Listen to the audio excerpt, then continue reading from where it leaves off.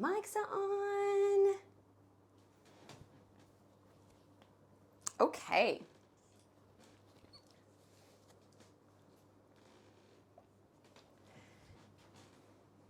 Cool. All right. Let me know when we're good.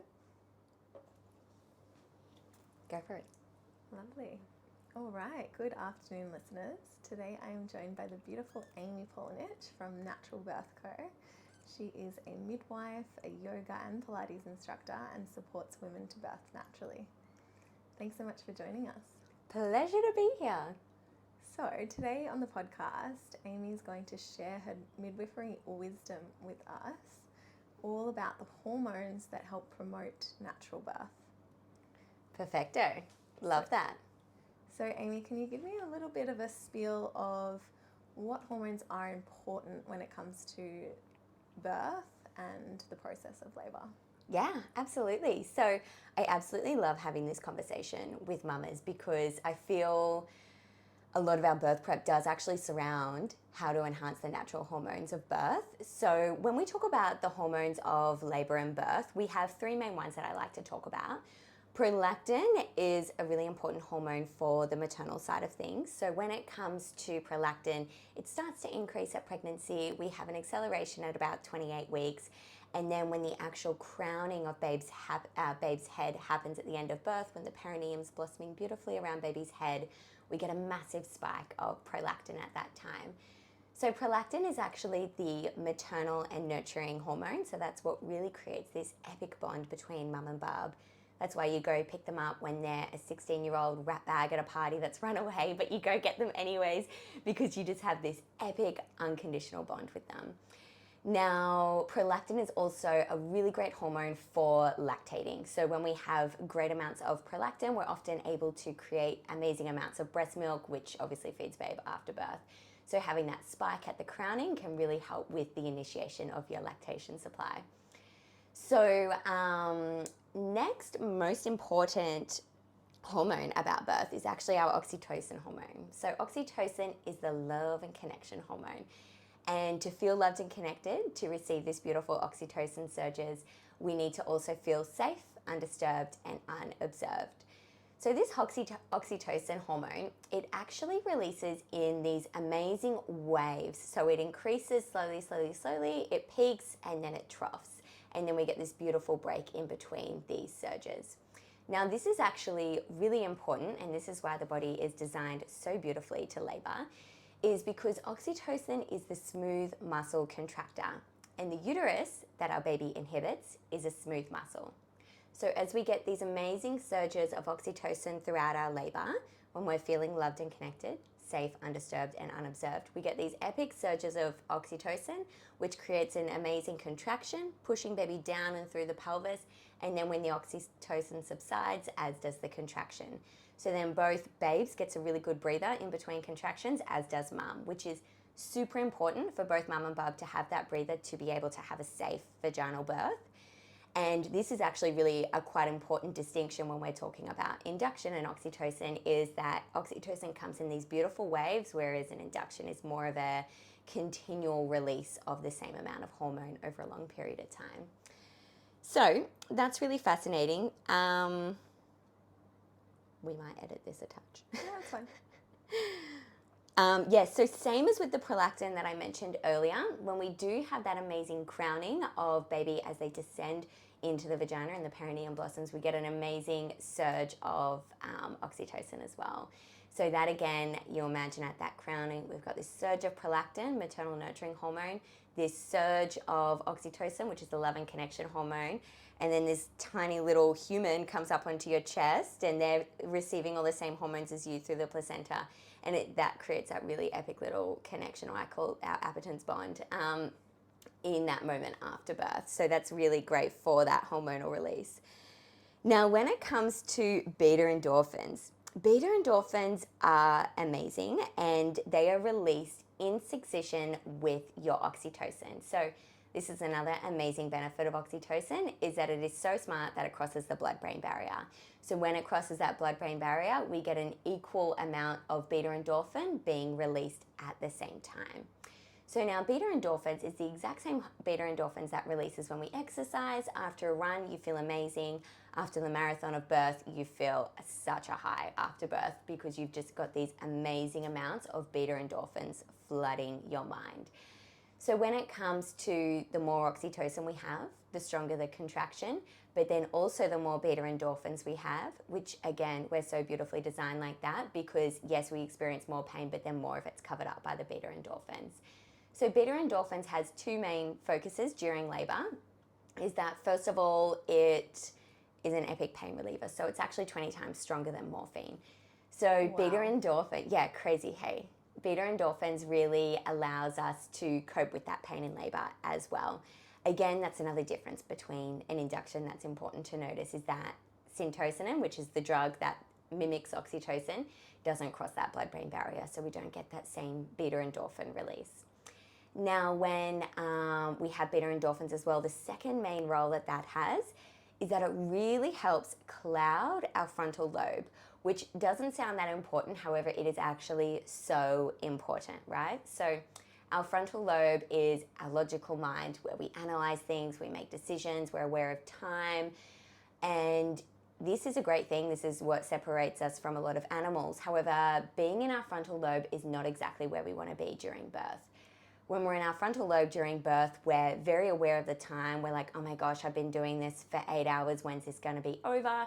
We're thinking, how the heck is a baby going to fit out of my vagina? We're stressing about all this stuff, analyzing everything, rather than being in our intuitive state of mind. Birth is the most intuitive and instinctual thing we will ever do. It is not something that needs to be logically analyzed. We can leave that up to the midwives looking after us. It is not something that needs to be logically analysed by the birthing woman. So we need to really descend into our reptilian mind, and in this space we're able to move intuitively, we're able to be present, we're able to get lost in that labour land, lots of people call it, where we're super present and super intuitive in that time. So there was one more point that I wanted to say about that. Oh yeah, that's what I was going to say. The beta endorphins, because that being in that place, being in that intuitive place is almost like a meditative space, right? Which lots of people can struggle to get into, myself included.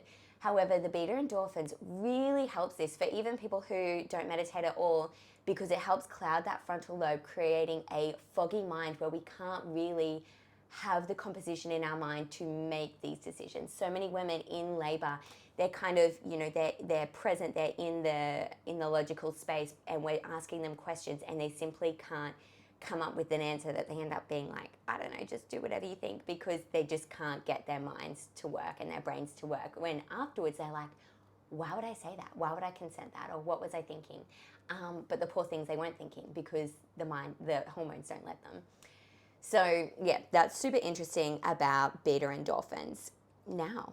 And I can imagine if a woman is in that reptilian brain, it really comes down to the importance of having these conversations with her birthing partner before she goes into labor. 100%. Yeah, abso-freaking-lutely.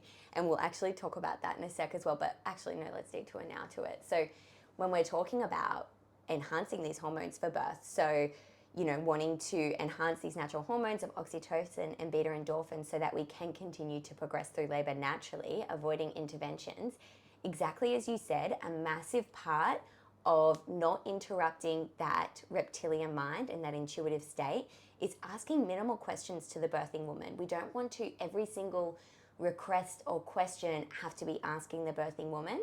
The care provider, hopefully the midwife, is talking to the birth partner who is able to already know the answers that she wants and tell the midwife.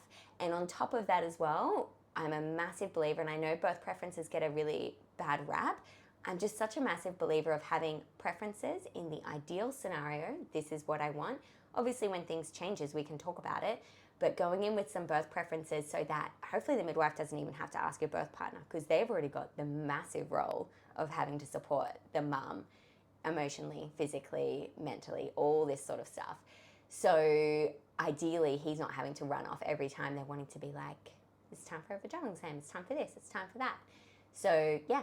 They've had these conversations before. Absolutely. Yeah, in so many different forms leading up to birth. Absolutely. So can you tell us how a woman throughout labour would promote the release of these hormones? What sort of things would she be doing, or would her partner be doing? Absolutely. So first of all, going back to oxytocin, the love and connection hormone, that we have to feel safe and undisturbed and unobserved. We would be doing oxytocin stimulating techniques. So that's a bunch of things such as making her feel loved and connected, supporting her emotionally, supporting her physically, breathing with her, moving with her, being super present with her. And this is all dependent on what the mum needs from you at that time. Some mamas want that. Some mamas want to be more left alone, but you just being present and available for when they need you is an oxytocin release in itself, because that's you being supportive and present to her in that labouring journey. That is both of your journeys, not just mamas. Like, it's just as important for the dad, and he can have just as much positive impact and receive just as much negative implication from a positive or negative experience in birth. So yeah, the birth partner giving the mama that love and connection, being really with her, being really supportive of her in any kind of the ways that she desires. So go for it. So that could look like massage, that could look like tickles, that could look like simply holding her during a contraction, holding her hand during a contraction. I even had a mama in a birth workshop the other day. It was her second time, babe. And she was saying in her first birth, she just wanted her husband to rub her ears constantly. She just loved that for some weird reason. It was so funny. And then she said she just had a babe the other day, and she constantly went back to her partner, if in doubt, just rub my fucking earlobes. So good. So yeah, making the mum feel loved and connected. And then in the sense of making mama feel safe, undisturbed and unobserved. First of all, we can break down the birth environment. So this will be things like, what environment surrounding mama, that when she opens her eyes and looks around, or when her ears are listening, what is going to make her feel calm, safe, undisturbed and unobserved? So is the lighting maybe dim? Is there nice calming music that she particularly likes? Is there a nice scent running that she likes?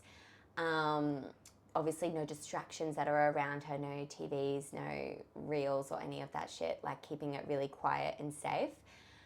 Secondly, what's her birth team like? So she might have just her partner there. She might even have a mum or a sister have made it into the birth space. So she needs to feel really safe, undisturbed and unobserved with those people. If they're a little bit distant, maybe they're, the ones that are almost forcing themselves upon the birth, and you don't necessarily want them there. You don't think that they're going to allow you to feel really in the zone. It's so important for them to not be there. It is so important. You need to feel comfortable getting nude around them, making whatever noises you need to make, moving in whatever weird ways that you feel called to, without in the back of your mind, oh my gosh, my mother-in-law is just over there, she's going to think I'm a weirdo, or whatever it is. Yeah. Because that will, whether you consciously know it or not, that will subconsciously stop you from doing the intuitive things your body's asking you to do. And those intuitive things are so important, even if it's the most minute crooking of a hip or a really deep moan out of nowhere. It is your body telling you exactly what you need to do to birth this baby. So you need to not hesitate. You need to not be on your logical mind and think, oh, I feel like doing this, but that's a bit weird. You need to just fucking go. You just need to get into that intuitive state and do exactly what it tells you. So another thing is your, not so much your birth team, but your birth support. So who's looking after you? And I'm a massive advocate for always having someone looking after you, either a midwife or a obs and gynae, but is your midwife being really respective of your birth preferences? Are they respecting your boundaries? Are they simply informing you, which is their job, but not pushing upon you what you don't want to do and what they know that you don't want to do? That is really important to feel safe. If, we're getting kind of all these mixed messages, if they're, giving handover in the room, if they're coming in and turning the lights on and having small talk with you or your birth partner, that's just not on. That's not an oxytocin fueling space. Exactly.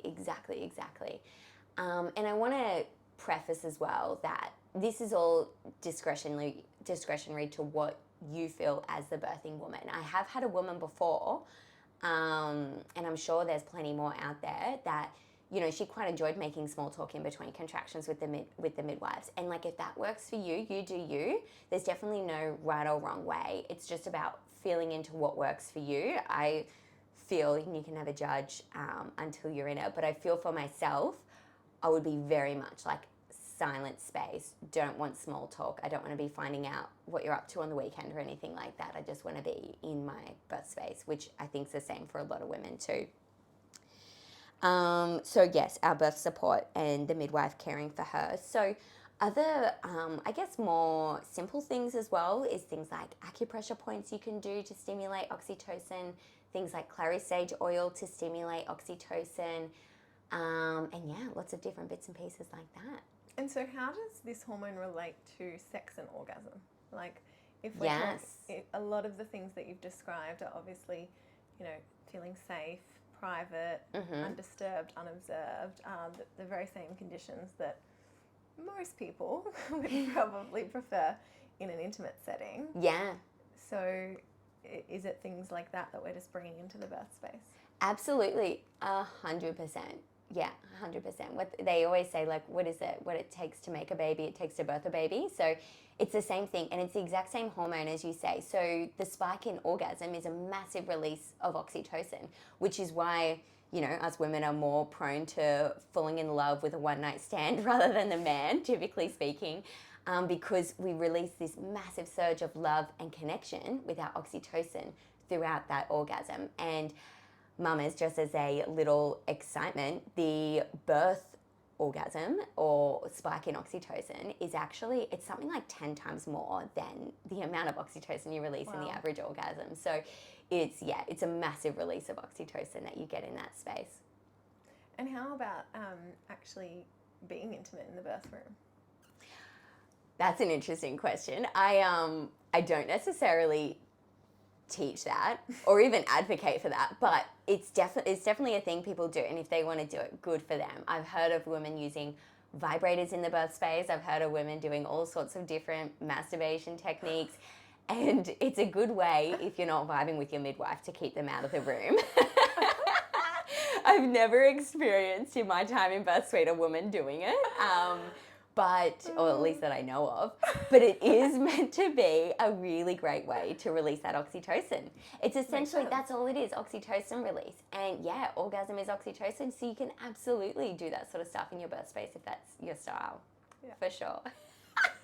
Do you think you will? Sounds like you maybe thought about it. No. I actually did listen. I remember actually years ago, before I started my business and I was learning about all this natural birth stuff, I watched, I can't remember her name now, but Orgasmic Birth, the movie. Fuck, it was funny. I haven't seen it. Oh, it is so good. It's such good quality. And essentially just going on about exactly what I just said, but all these women and their birth stories and the stories in it were so funny as to how they went about these different masturbation techniques. It was a crack up. It was impressive. I think, like, if I was home birthing and the midwife wasn't there, then sure. Absolutely. Probably with my partner, not, yes. you know. Yeah. I agree. I agree. And even, which I think we'll get to in a sec, but let's tangent, where that can help bring on sex, right? Sex can help bring on labour. So same as all that sort of stuff. If you're trying to start labour, if you're waiting around, if you're going well overdue and you're on the brink of a medical induction, to be honest, I'd fucking oath be getting out the vibrator. So funny. Why not? So funny. Absolutely. So when it comes to, in summary, to promote oxytocin, we need to feel loved and connected and feel safe, undisturbed and unobserved. In regards to the beta endorphins, honestly, a lot of that really overlaps with what we just talked about, but I'm going to add a couple of things with the beta endorphins. Is that for us to be able to stay in our reptilian state of mind, for us to be able to stay intuitive and in flow with birth, we need to really not be pulled out of that reptilian state of mind. So this is things like not asking the birth woman so many questions. This is things like not being firm and directive to her. So as an example, what I say to our birth partners is, rather than asking her, do you want some water, just put the water bottle in front of her and she'll take it if she's thirsty, she'll leave it if she's not. Like, try to avoid asking questions as much as you can. Another thing is to speak in really soft voices. So if you're speaking to her or to the midwife, speak in really soft voices. Even if you're concerned about something in particular or the midwife wants to talk to you, you can go outside of the room and have that conversation so that we're not intruding on that mama's beta endorphin state. Doing things like hiding the clock so she can't see. Unfortunately, at SCU, which is the hospital I work at, Sunny Coast Uni Hospital, they have these massive bright red digital clocks on the wall, and we quite often throw like a baby cloth or something over it because it's just really obvious for the birthing woman and she doesn't need to be reminded of how long she's been in labour. Anything else to stop bringing mama out of that space? Even things like, if you think about monitoring has so many different sides to it, which it's definitely not good or bad, but there's so many different things to consider when we're accepting that monitoring or we're taking part in an intervention that requires that monitoring. So monitoring in itself, the beeping of it really pulls you out of that intuitive mind. So many mamas will complain about like after birth, the fact that the monitoring's annoying them so much, or even during the birth, they'll be like, can we just turn those sounds off? And then also what comes with that as well is that you're always looking up at the screen, and in our case, we're often looking at a CTG, which is like this graph. So then the mum is always, whenever she hears the heart rate go low or fast, she's looking up at the numbers. Oh, Bubs, heart rate's at 180, is that okay? And that's just such a frontal lobe thought. That is just constantly pulling that mama out of that intuitive mind. And even a mama that we actually both look after and we both saw recently, she was telling me with her first birth, everything was amazing, natural, normal, and for whatever reason, her pushing phase was quite long. I think it was like 2.5 hours, but it made sense because her waters were still intact. And this was the only part that she said her beautiful birth partner was like fucking annoying and pulling her out of her space, is because he kept asking like, babe, you're still pushing, is this going to be over soon? And she was like, I don't fucking know. Like, why are you asking me? So like those sort of questions, like fair call of him to be wondering, but she doesn't know. And like, even if she did know, don't ask her, because that's just completely pulling her out of her intuitive mind. So yeah, there are hot tips for staying in that beta endorphin state. And what about prolactin? How would we? Yeah, so essentially just letting shit flow naturally. Not really a lot else will encourage it that I know of, will encourage that to flow during birth or anything like that. Plus, it's not super duper important for it to flow for the sake of having a natural birth. It's just really great if we can have a vaginal birth to get that epic release of prolactin at the end. And like, to be fair, if women did even have instrumental births with vacuums or forceps, they would still get that perineal stretch and they would still get that oxytocin and prolactin launch. And so in the case of a cesarean, is that prolactin surge not as apparent? Yes. Yep. That's definitely like one of the risks of a cesarean section, is that your milk could take longer to come in. It definitely does. To be honest, I'm not too sure of the stats behind this, and if anyone listening knows, we'd love to hear from you, but you don't get that prolactin release with a cesarean section. So mamas with cesarean sections, the stats are higher for their milk to just be delayed. It still comes in, but they might be towards the 5-6 day mark rather than the 3 day mark, which is when it's more normal for that milk to be coming in. So, and as a quick heads up for those who don't know, when you birth, you initially have what we call colostrum in the breast, which is really, really, really small amounts of colostrum that is super nutrient dense, super great for lining baby's gut, lining their immunity, all that sort of stuff. However, at about day 3 is when we get the big dogs come in of the massive breasts and the massive surge of milk. And that continues to grow, usually over a couple of days until it levels itself out.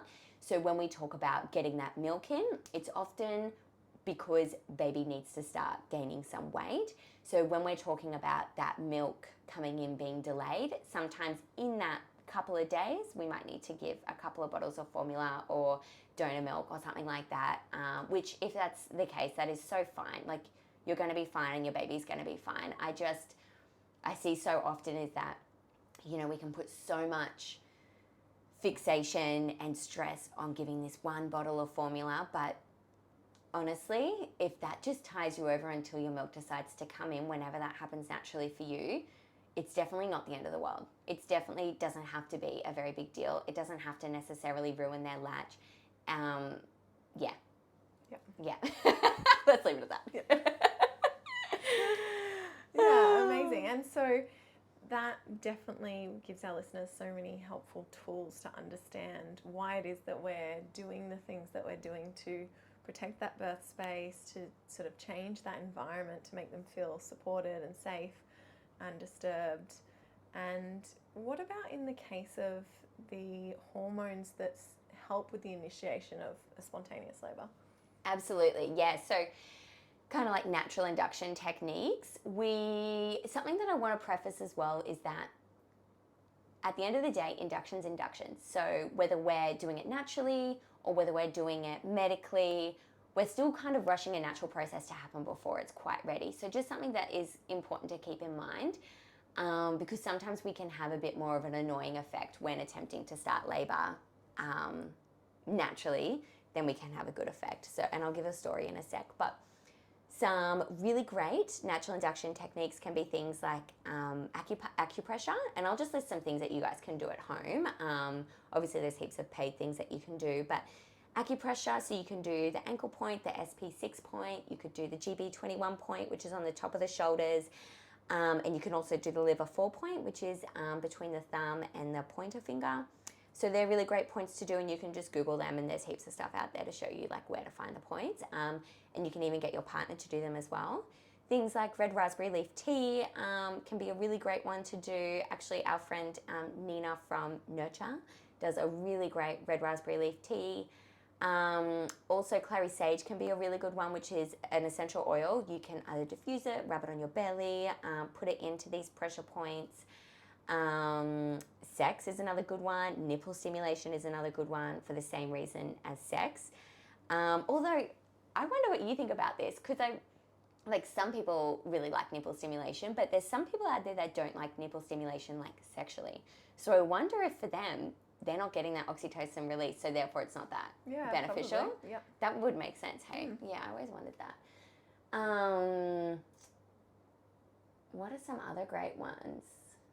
Well, I'm a massive advocate for having balance in the ligaments, because when we're balancing the ligaments, our baby's head can engage in the pelvis and put pressure on the cervix, allowing the cervix to soften, open, become more flexible, shorten, and mature so that labour can start when it's ready. The body is so smart and intuitive, and if the body knows that the baby's not in the right position or able to engage into the pelvis because of tight ligaments, it often prolongs labour, waiting for babe to be able to engage. But that'll only happen for so long before the body just puts you into labour. And yeah, there are a bunch of the techniques. Now, what's something that's interesting is that, and like this only happens to a small amount, but even for example, one of my mamas that birthed recently was her second babe. For her first babe, she was talking about how she had sex in around 40 weeks or something to try to encourage labour to happen. And what that did for her is that made her waters broke like almost instantly, and then labour didn't start. So then she's kind of left with this really awkward space of where we've got prolonged rupture of membranes now. Should we do antibiotics? Should we get induced? And they ended up getting induced and then didn't have the great experience from there. So, you know, and you know, I'm an advocate for sex for natural induction, but that is a risk that's important to know about. And what's another risk for all of this sort of stuff, clary sage, tea, pressure points as well, is that we're encouraging oxytocin to flow. But what can often happen is we create this irritable uterus that is just irritatingly small contractions that aren't progressive towards your baby moving down, but they keep you awake constantly. And that doesn't sound like a big deal, but if that's going on for like 5 days before labor even starts, you're entering birth mentally exhausted and physically exhausted before the fucking games even started. And that can be a massive issue. And this is something that I really don't think is actually covered enough at all in birth preparation, is how to conserve our physical and mental strength, because they are 2 of the 3 reasons that I see a mama tap out of her birth that she desires, which is a natural birth, into something like an epidural or a cesarean section that she doesn't need or want, is because they're either 1, physically exhausted, 2, mentally exhausted, or 3, not quite able to handle the pains of labour anymore. All 3 valid reasons to want to tap out of that natural birth that you wanted, but we can really avoid all those 3 things, and having an irritable uterus doesn't help with the first 2 things. Yeah, interesting. Yes. Awesome. Well, thank you so much for coming on today and sharing all of your wisdom with all of our beautiful mamas. Hopefully you guys got something out of it. You can find more information about Amy at Natural Birth Co. You're running regular workshops for birth preparation, as well as a workshop called How to Cope with Pain in Labour. And she has a whole timetable of prenatal and postnatal Pilates and yoga classes. So yeah, definitely check her out. Perfect. Thanks so much for having me, Caitlin. No worries. Nice. How good. I actually have the funniest story. Yes. So like, I had this client the other day, and she had the randomest, like, so basically, so I'm